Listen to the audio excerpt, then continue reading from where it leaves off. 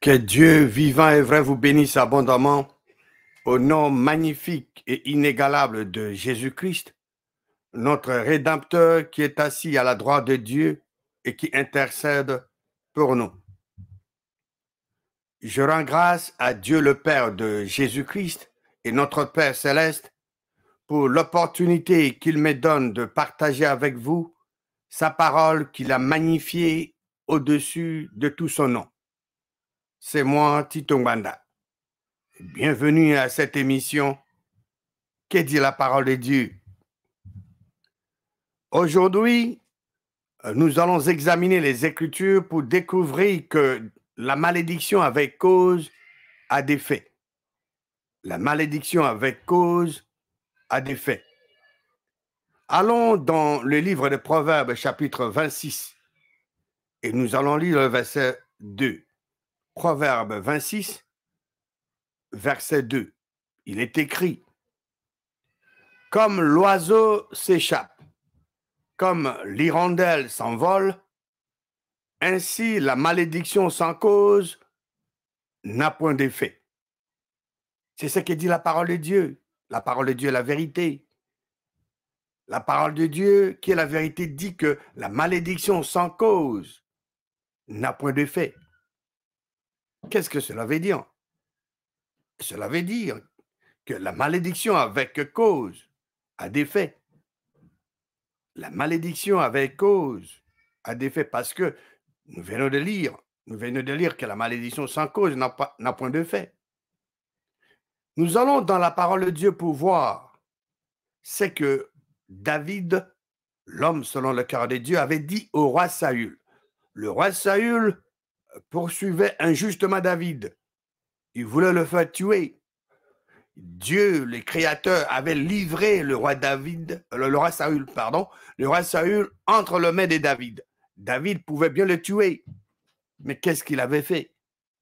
Il avait épargné le roi Saül. Et David avait déclaré ce qui suit. Nous allons dans le livre de 1 Samuel, chapitre 26, et nous allons lire le verset 17 à 19. 1 Samuel 26, 17 à 19. Verset 17. Saül reconnut la voix de David et dit: est-ce bien ta voix, mon fils David? Et David répondit: c'est ma voix, ô roi, mon Seigneur. Verset 18. Et il dit, ça c'est le David qui continue, qui parle au roi Saül. Et il dit: pourquoi mon Seigneur poursuit-il son serviteur? Qu'ai-je fait? Et de quoi suis-je coupable? Ces questions ont été posées par David au roi Saül. Il continue au verset 19. Que le roi, mon Seigneur, daigne maintenant écouter les paroles de son serviteur. Si c'est l'Éternel qui t'excite contre moi, qu'il agrée le parfum d'une offrande.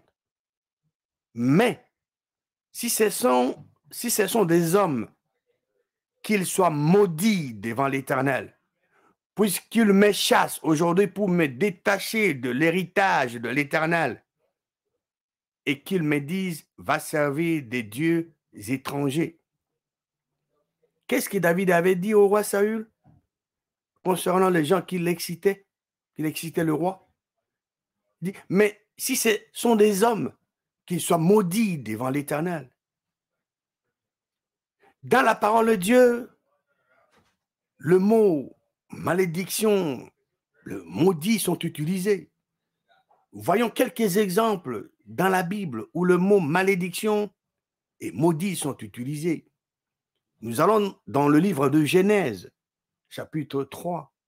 Genèse 3. Et nous allons lire le verset 14. L'Éternel Dieu dit au serpent: puisque tu as fait cela, tu seras maudit entre tout le bétail et entre tous les animaux du champ. Tu marcheras sur ton ventre et tu mangeras de la poussière tous les jours de ta vie. Le serpent était maudit par qui? par l'Éternel Dieu. Genèse chapitre 4, verset 11. Maintenant, tu seras maudit de la terre qui a ouvert sa bouche pour recevoir de ta main le sang de ton frère. Dieu parlait ici à Caïn qui a tué son frère Abel. Il avait fait ça en secret. Ils étaient à deux au champ, dans le champ. Mais Dieu le savait. C'est ce qui s'est fait aujourd'hui. Il y a des gens qui tuent les autres, tuent les innocents, pensant que Dieu ne voit pas. Mais Dieu voit. Dieu sait tout ce qui se passe. Toute ta nuit a découvert devant Dieu le Créateur. Et Dieu a confronté Caïn. Deutéronome, chapitre 30, verset 7. Deutéronome 37. L'Éternel, ton Dieu, fera tomber toutes ces malédictions sur tes ennemis, sur ceux qui t'auront haï et persécuté. L'Éternel fera, il est dit que l'Éternel fera tomber toutes ces malédictions sur tes ennemis, sur ceux qui t'auront haï et persécuté. Toujours dans le livre de Deutéronome, chapitre 30, lisons le verset 19. J'en prends aujourd'hui à témoin contre vous le ciel et la terre. C'est Moïse qui parle ici. J'ai mis devant toi la vie et la mort, la bénédiction et la malédiction. Choisis la vie. Pour quel but? Afin que tu vives, toi et ta postérité. La bénédiction et la malédiction étaient placées devant les enfants d'Israël. Ils avaient le choix. Dieu nous a donné le choix des libres arbitres. Nous choisissons ce que nous voulons faire dans notre vie de chaque jour. Dieu, le Créateur, ne nous contrôle pas. Il ne nous possède pas. Nous choisissons. Nous sommes responsables de nos choix dans la vie. Dans Deutéronome, chapitre 27, lisons le verset 12 à 17. Verset 12. Lorsque vous aurez passé le Jourdain, Siméon, Lévi, Judas, Issachar, Joseph et Benjamin se tiendront sur le mont Garizim pour faire quoi? Pour bénir le peuple. Verset 13. Et Rouben, Gad, Azer, Zabulon, Dan, Nephtali se tiendront sur le mont Ébal pour faire quoi? Pour prononcer la malédiction. Et les Lévites, verset 14, et les Lévites prendront la parole et diront d'une voix haute à tout Israël, maudit soit l'homme qui fait une image taillée ou une image en fonte, abomination de l'Éternel, œuvre de main d'un artisan, et qui la place dans un lieu secret. Et tout le peuple répondra et dira Amen. Verset 16. Maudit soit celui qui méprise son père et sa mère. Et tout le peuple dira Amen. Verset 17. Maudit soit celui qui déplace les bornes de son prochain. Et tout le peuple dira Amen. Ça, c'est seulement, ce sont des endroits là où le mot malédiction, maudit sont utilisés.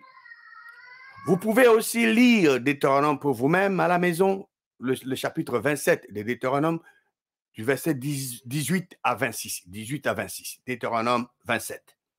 Lisons maintenant Genèse chapitre 9. Ici, ça parle de Noé et ses enfants. Il est dit au verset, disons, Genèse chapitre 9, verset 24. Lorsque Noé se réveilla de son vin, il apprit ce que lui avait fait son fils cadet. Et quelle était la réaction de Noé vis-à-vis de son fils cadet, de ce qu'il lui avait fait? Il est dit au verset 25. Et il dit, Noé dit, maudit. Il n'a pas dit béni. Il a dit, maudit soit Canaan, qu'il soit l'esclave des esclaves de ce frère. Lisons maintenant Deutéronome. Retournons dans Deutéronome chapitre 28.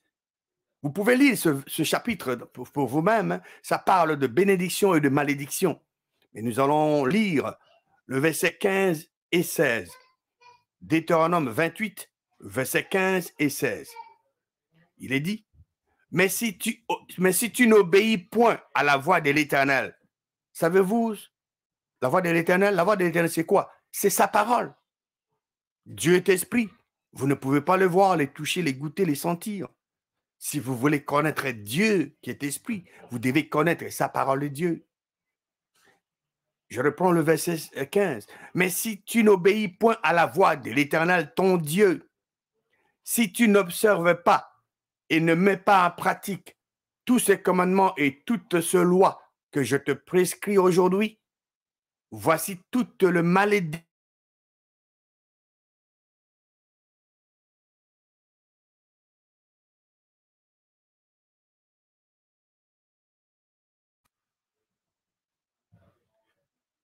qui viendront sur toi et qui seront ton partage. Et verset 16, il est dit, tu seras maudit dans la ville et tu seras maudit dans les champs. Tu seras maudit à ton arrivée et tu seras maudit à ton départ. C'est ce que la parole de Dieu nous dit dans ce verset 15 et 16 de Deutéronome 28. Nous allons voir maintenant dans la parole de Dieu un exemple concret. Ici, c'est un prophète, l'homme de Dieu, appelé Élisée, qui avait maudit les garçons qui se moquaient de lui. Nous allons dans 2 Rois, chapitre 2. 2 Rois, chapitre 2. Et nous allons lire, le verset 23 et 24. Il ici se référant à Élisée, Élisée monta de là à Bethel. Et comme il cheminait à la montée, des petits garçons sortirent de la ville et se moquèrent de lui. Ils lui disaient, monte, chauve, monte, chauve. Les petits garçons qui sont sortis de la ville se moquaient de l'homme de Dieu. Quelle était la réaction de l'homme de Dieu? Les prophètes, Élisée, le verset 24, nous donne la réponse, nous dit quelle était sa réaction. Verset 24 de 2 Rois, chapitre 2. Élisée, l'homme de Dieu, le prophète, se retourna pour le regarder et il les maudit au nom de l'Éternel. David avait dit que ces hommes qui excitaient le roi Saül pour le faire exécuter étaient maudits devant l'Éternel. Ici, le prophète maudit les petits garçons au nom de l'Éternel. Et quand il les a maudits, qu'est-ce qui est arrivé à ce petit garçon? La parole de Dieu dit, alors 2 ours sortirent de la forêt et déchirèrent 42 de ses enfants. Quelle était la conséquence de l'acte de ce petit garçon qui se moquèrent de l'homme de Dieu? La parole de Dieu dit que 2 ours sortirent de la forêt et déchirèrent 42 de ses enfants. C'est ce que la parole de Dieu dit. La parole de Dieu dit que Élisée, l'homme de Dieu, le prophète, avait maudit ces gens-là, les avait maudits au nom de l'Éternel. Les Congolais de la RDC ont le droit de maudire aussi ceux qui les tuent injustement, ceux qui viennent piller leur pays, ceux qui ont mis sur pied un plan de balkaniser ou bien un plan de balkanisation de leur pays. Ils ont le droit. Ils ne sont pas allés provoquer les gens. Ils sont restés chez eux. Ce sont les gens d'autres pays qui se sont organisés. Ils ont acheté des armes. Ils ont engagé les gens pour tuer les innocents congolais de la RDC. Donc, ils ont le droit aussi de réclamer que la justice de Dieu puisse être appliquée, que la justice de Dieu soit faite. Dans le livre de Jérémie, chapitre 17, verset 5, c'est un verset qui est connu de beaucoup de croyants, qui dit que ainsi parle l'Éternel, maudit soit l'homme qui se confie dans l'homme. Qui parle ici? C'est l'Éternel qui dit que l'homme qui se confie dans l'homme est maudit. Maudit soit l'homme qui se confie dans l'homme, qui prend la chair, les cinq sens, l'homme qui prend la chair pour son appui et qui détourne son cœur de l'Éternel. Confiez-vous à Dieu le Créateur et non aux hommes. Ne vous confiez pas aux gens de ce monde. Confiez-vous à l'Éternel, le Dieu vivant et vrai. Nous allons voir maintenant un exemple de la malédiction prononcée par Jotham. Jotham est le plus jeune fils de Gédéon qui échappa à la mort orchestrée par Abimelech. Abimelech, il faut bien retenir ce nom, il était aussi un fils de Gédéon qu'il avait eu avec une autre femme.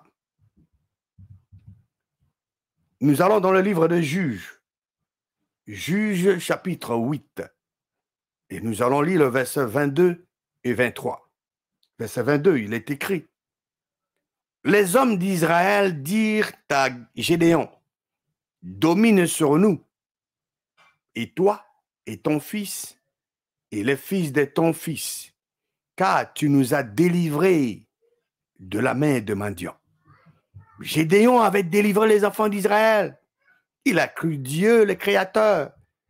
Et Dieu l'a confié une mission. Il a exécuté la mission correctement. Il a délivré les enfants d'Israël de la main de Madian. Verset 23. Quelle était la réponse de Gédéon à leur demande? Gédéon leur dit: je ne dominerai point sur vous, et mes fils ne domineront point sur vous. C'est l'Éternel qui dominera sur vous. Gédéon voulait que l'Éternel Dieu domine sur les enfants d'Israël. Ceci est notre message pour vous. Laissez l'Éternel Dieu dominer sur vous et sur votre pays. Laissez Dieu le Créateur dominer sur vous et sur votre pays. L'Éternel Dieu ne pourra dominer sur vous seulement si vous prenez le principe immuable de sa parole, vous les appliquez dans tous les domaines de la vie de votre pays. Allons maintenant au verset 28, Juges chapitre 8. Allons au verset 28. Nous allons lire le verset 28 à 32. Madian fut humilié devant les enfants d'Israël et il ne leva plus la tête. Et le pays fut en repos pendant 40 ans. Durant la vie de qui? Durant la vie de Gédéon. Dieu avait donné la paix à Israël pendant 40 ans par la croyance de l'homme de Dieu, Gédéon. Gédéon, fils de Joas, s'en retourna et demeura dans sa maison. Verset 30.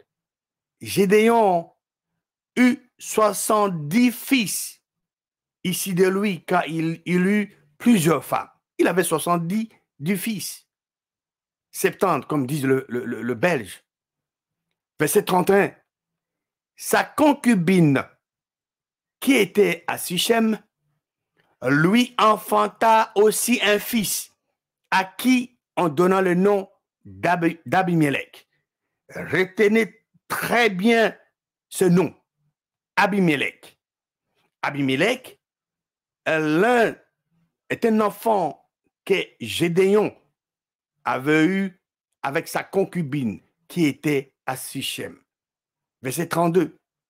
Gédéon, fils de Joas, mourut après une heureuse vieillesse, et il fut enterré dans le sépulcre de Joas, son père, à Ophra, qui appartenait à la famille d'Abiézer. Juges chapitre 9. Lisons le verset 1 et 2. Abimelech, rappelez-vous, C'est un fils que Gédéon avait eu avec sa concubine, n'est-ce pas, à Sichem. Alors, Abimelech, fils de Gédéon, se rendit à Sichem vers le frère de sa mère. Donc, il est allé vers ses oncles. OK? Et voici comment il leur parla, ainsi qu'à toute la famille de la maison du père et de sa mère. Verset 2. Dites, je vous prie, aux oreilles de tous les habitants de Sichem, vaut-il mieux pour vous que 70 hommes, tous fils de Gédéon, donc Jérubal, dominent sur vous, ou qu'un seul homme domine sur vous?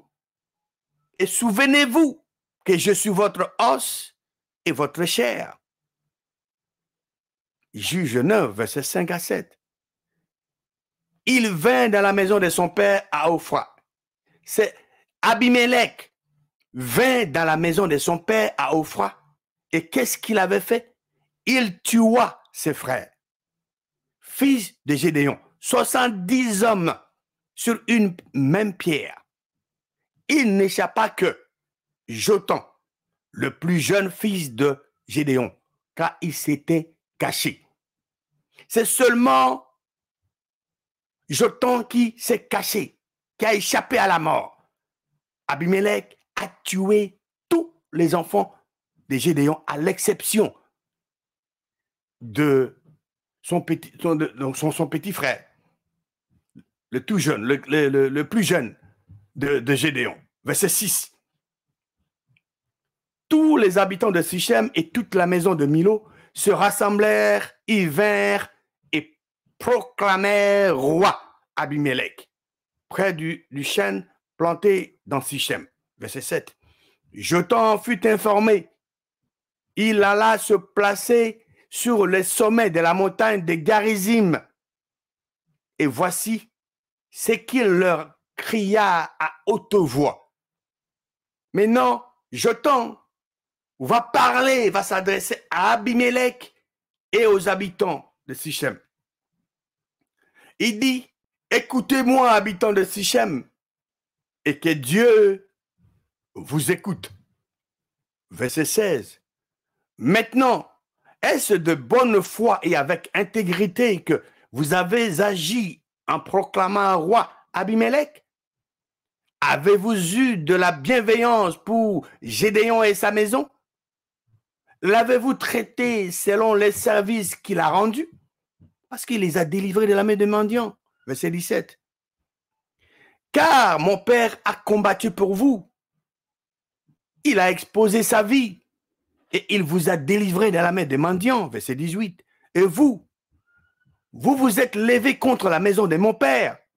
Vous avez tué ses fils, 70 hommes, sur une même pierre. Et vous avez proclamé roi sur les habitants de Sichem, Abimelech, fils de sa servante, parce qu'il est votre frère. Verset 19. Si c'est de bonne foi et avec intégrité qu'en ce jour, vous avez agi envers Gédéon et sa maison, eh bien, qu'Abimelech fasse votre joie et que vous fassiez aussi la sienne. C'est ce que nous disons aussi. Les gens qui ont comploté contre la RDC, qui pillent, qui tuent, qui veulent balkaniser, c'est ce qu'ils font. Comme avait fait Abimelech. Eh bien, que cela soit une bénédiction, qu'ils puissent jouir de cela. Verset 20. Sinon, qu'un feu. Si ce qu'ils font, ces gens-là qui font en RDC et la population congolaise, sinon, c'est ce qu'ils font, qu'un feu sorte d'Abimelech et dévore les habitants de Sichem et la maison de Milo. Ce feu-là va sortir de la RDC, de la terre de la RDC pour brûler ces gens-là qui ont comploté contre nous. Sinon, qu'un feu sorte d'Abimelech et dévore les habitants de Sichem et la maison de Milo. Et qu'un feu sorte des habitants de Sichem et de la maison de Milo et dévore Abimelech. Donc, tous ceux-là qui ont comploté contre nous, le feu, ils vont se dévorer entre eux-mêmes. Ils vont se tuer, s'entretuer eux-mêmes. Et le peuple congolais sera épargné. Verset 21. Jotham, après avoir prononcé cette malédiction, qu'est-ce qu'il fait? Jotham se retira et prit la fuite. Il s'en alla à Ber, où il demeura loin d'Abimelech, son frère. Et nous allons au verset, disons, Juge 9, verset 22. Il est dit, Abimelech avait dominé 3 ans sur Israël. Verset 23. Alors, Dieu envoya un mauvais, Dieu a permis qu'un esprit diabolique puisse opérer entre Abimelech et les habitants de Sichem. Et les habitants de Sichem furent infidèles à Abimelech. Verset 24. Afin que la violence commise sur les 70 fils de Gédéon reçût son châtiment et que leur sang retomba sur Abimelech, leur frère, qui les avait tués, et sur les habitants de Sichem, qu'il avait aidé à tuer ses frères. Tous ces gens-là qui aident les autres, que ce soit les Congolais ou les étrangers qui aident les ennemis de la RDC à s'accaparer de nos ressources et consorts, tous, nous les mettons dans le même groupe. Verset 25. Les habitants de Sichem placèrent une embuscade contre lui sur les sommets des montagnes, des gens qui dépouillaient tous ceux qui passaient près d'eux sur le chemin, et cela fut rapporté à Abimelech.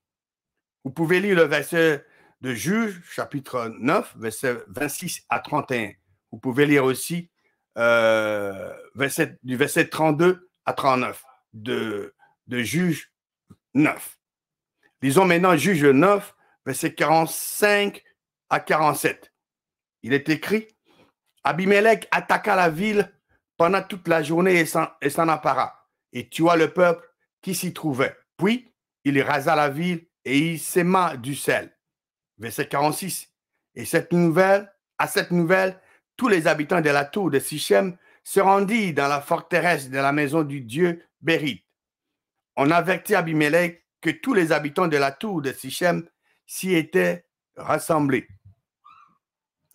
Verset 48. Alors Abimelech monta sur la montagne de Taslmon, lui et tout le peuple qui était avec lui. Il prit en main une hache, coupa une branche d'arbre, l'enleva et la mit sur son épaule. Ensuite, il dit au peuple qui était avec lui, vous avez vu ce que je fais. Hâtez-vous de faire comme moi. Verset 49.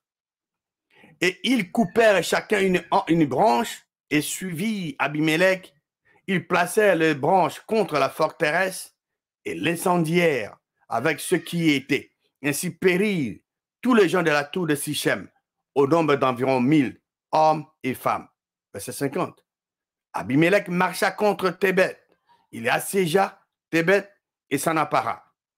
Il y avait au milieu de la ville une forte tour où se réfugiaient tous les habitants de la ville. Hommes et femmes, ils fermèrent sur eux et montèrent sur les toits de la tour. Verset 52. Abimelech parvint jusqu'à la tour. Il l'attaqua et s'approcha de la porte pour y mettre le feu. Verset 53, suivez très bien.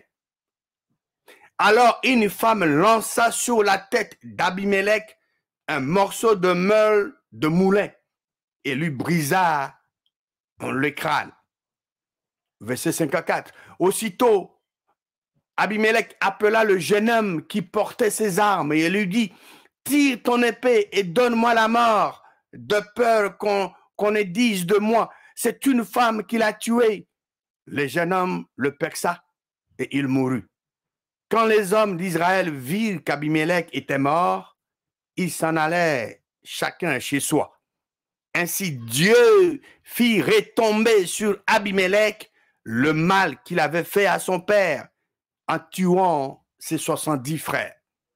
Verset 57. Et Dieu fit retomber sur la tête de Jean, de Sichem, tout le mal qu'ils avaient fait. Ainsi s'accomplit sur eux, quoi?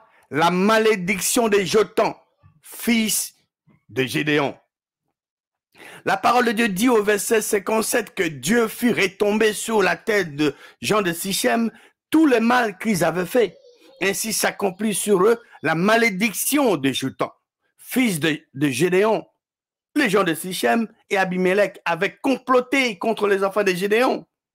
Vous pouvez maudire vos ennemis, ceux qui sont en train de tuer vos frères et sœurs innocents, les Congolaises et Congolaises de la RDC qui aiment le seul vrai Dieu, peuvent croire afin que Dieu, le Créateur, fasse retomber sur la tête de tous les ennemis de la RDC tout le mal qu'ils sont en train de faire et qui continuent à faire en RDC. Que le mal, que le mal que leurs ennemis sont en train de faire en RDC soit multiplié au centuple dans la vie de leurs ennemis qui pillent et qui tuent et dans la vie de ceux qui soutiennent les ennemis de la RDC. Les gens de Sichem et Abimelech avaient reçu en manifestation ce que Galates chapitre 6 nous dit. Galates 6, 7 dit, ne vous y trompez pas, on ne se moque pas de Dieu. C'est qu'un homme aura sémé, il les moissonnera aussi, il les moissonnera absolument. Abimelech a été tué. Pourquoi? Parce qu'il avait aussi tué ses 70 frères, les enfants de Gédéon. Abimelech avait moissonné ce qu'il avait sémé. Que Dieu, le Créateur, vous bénisse abondamment au nom puissant et victorieux de Jésus-Christ.